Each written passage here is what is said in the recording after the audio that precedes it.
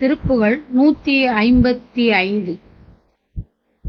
சிந்துர கூற மறுப்பு செம்சரி செம்கை குலாவ நடித்து தென்புற செண்பகமாலை முடித்து பண்புல தெருவூடே சிந்துகள் பாடி முழக்கி செம்கயல் அம்புகள் போல விழித்து சிங்கியில் செம்பவள ஆடை துலக்கி பொன்பரி விலைமாதர் வந்தவர் ஆர் என அழைத்து கொங்கையை அன்புற மூடி நெகிழ்த்தி கண்பட மஞ்சள் நீராடி மினுக்கி பஞ்சனைதனில் ஏறி மந்திர மோகம் எழுப்பி கெஞ்சிட முன் தலை வாயில் அடைத்து சிங்கிகொள் மங்கையர் ஆசை விலக்கி பொன்பதம் அருள்வாயே. இந்திர நீலவனத்தில் செம்புவி அண்ட கடாகம் அழித்திட்டு அண்டர்கள் எண் படு சூரை அழித்து கொண்டு அருள் ஒரு பேடி இன்கன தேரை நடத்தி செங்குருமண்டல் நாடும் அழித்து பஞ்சவர் இன்புறு தோள்மை உடை கத்தன் திருமருகோனே. சந்திர சூரியர் திக்கு எட்டும் புகழ் அந்தம் இல் வாழ்வு அது பெற்று தங்கிய சங்கரனார் செவி புக்க பண்பு அருள் குருநாதா. சம்பிரமமான குரத்திக்கு இன்பு ஒரு கொங்கையின் மேவு சமர்த்த சுந்தர தன் தமிழ் சேர் பழனிக்குள் தங்கிய பெருமாளே. பொன்பதம் அருள்வாயே.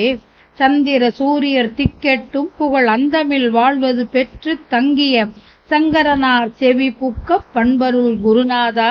சம்பிரமமான புறத்திக்கு இன்புறு கொங்கையின் மேவு சமர்த்த சுந்தர தன் தமிழ் சேர் பழனிக்குள் தங்கிய பெருமாளே. பொன்பதம் அருள்வாயே. இந்திரனின் காவலில் இருந்து இருண்ட காண்டவவனத்தில் தீ ஊட்டியும் செவ்விய பூமி முதல் அண்டகோளத்தின் மேலோடு வரையும் இருந்த அவுணரின் துன்பத்தினின்றும் காப்பாற்றி தேவரின் அளவிட முடியா துன்பத்தை அகற்றி உதவியவன் ஒரு பேடியான அர்ஜுனன் அவனது இனிய தேரை தேரோட்டியாயிருந்து செலுத்தி நல்ல குறுநாட்டை பாண்டவர்க்கு தந்து அப்பாண்டவருடன் நட்பு கொண்டிருந்த தலைவரான திருமாலின் சிறந்த மருகோனே. சந்திரன் கதிரவன் 8 திக்குகள் என்ற இவையாவும் புகழும் முடிவற்ற வாழ்வை அடைந்து விளங்கும் சிவபெருமானின் செவியில் புகுமாறு உபதேசத்தை செய்த குருநாதனே. சிறந்த குரத்தியின் இன்பமுடைய கொங்கையை விரும்பிச் சேர்கின்ற ஆற்றல் வாய்ந்த அழகோனே.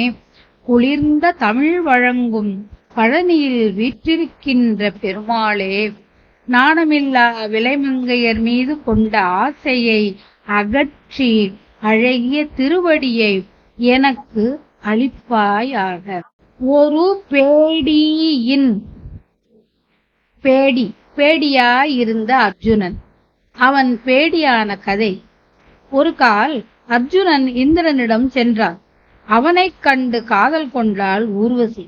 நள்ளிரவில் அவன் அவனிடம் போந்தாள். தான் அவனிடம் கொண்ட காதலை கூறினாள். அவள் தனக்கு தாய் போன்றவள் என கூறி அவளது காதலை ஏற்க மறுத்தான். எனவே சினம் கொண்டு அர்ஜுனனை பேடியாகுமாறு ஊர்வசி சபித்தாள். அப்போதே பேடியாய் ஆனான். பின் இந்திரன் ஆணையால் அச்சாபம் நீங்கப் பெற்று ஓராண்டு பேடியாய் இருக்கும் வரத்தை பெற்றார். குரு மண்டலம் என்பது குருநாடு.